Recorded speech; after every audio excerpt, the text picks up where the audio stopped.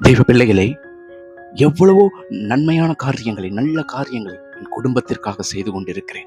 என் பிள்ளைகளுக்காக, என் மனைவிக்காக என்று சொல்லி எவ்வளவோ காரியங்களை என் குடும்பத்திற்காக உழைத்துக் கொண்டு அதை செயல்படுத்தி கொண்டு இருக்கிறேன்.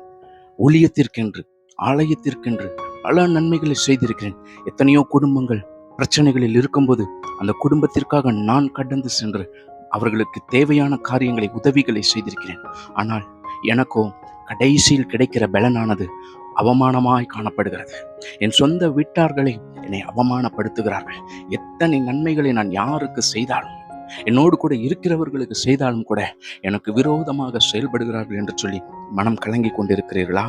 உங்களை பார்த்து என் கர்த்தர் சொல்லுகிறார். 2 நாளாகமத்தின் புத்தகம் 15வது அதிகாரம் 7வது வசனத்தை பாருங்கள். நீங்களோ உங்கள் கைகளை நெகிழ விடாமல் திடன் கொள்ளுங்கள். உங்கள் கைகளின் கிரியைகளுக்கு பலன் உண்டு என்று கர்த்தர் சொல்லுகிறார். நீ எந்த காரியங்களை செய்தாலும், தேவனுடைய மகிமைக்காக நீ செய்கிற ஒவ்வொரு காரியத்திற்கும் பலன் உண்டு. நீங்கள் செய்கிற ஒவ்வொரு நன்மையான காரியங்கள், ஊழியத்திற்கு உதவி செய்தாலும் சரி, ஆலயத்திற்கு உதவி செய்தாலும் சரி, ஏழைகளுக்கு உதவி செய்தாலும் சரி, குடும்பத்திற்காக உங்களுடைய சரீரத்தை வருத்தி உதவி செய்தாலும் சரி, அது தேவனுடைய நாமம் மகிமைப்படுகிறது அல்லவா? உங்களுடைய கரத்தின் கிரியைகளுக்கு கர்த்தர் நன்மையை கொண்டு வரப்போகிறார். எல்லாரும் உங்களுக்கு விரோதமாக எழும்பலாம்.